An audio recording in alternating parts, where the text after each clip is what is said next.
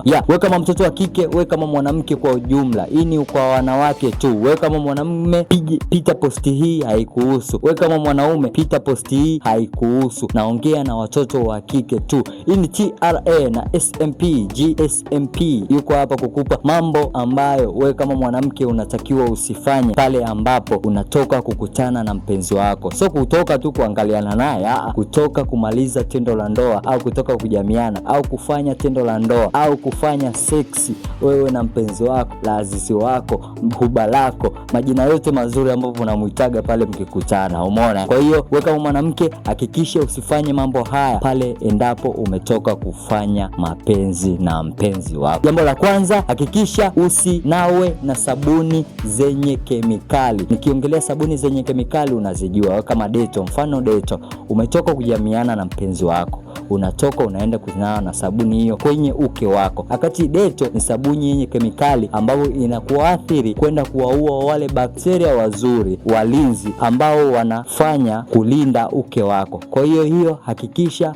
hakikisha usiende kutumia sabuni yenye kemikali yoyote. Mfano Dettol hiyo nimetolea, na mfano sabuni nyingine ambayo zitakuletea maradhi kwenye mfumo wako wa uzazi. Jirekebishe kutumia sabuni zenye kemikali ambapo kama hiyo Dettol na sabuni nyingine pia, wale ambao wataenda kurekebisha au kuua bakteria ambao wanazunguka mfumo wako wa uzazi. Pale kwenye uke kuna bakteria wazuri na walinzi ambao wanalinda uke wako.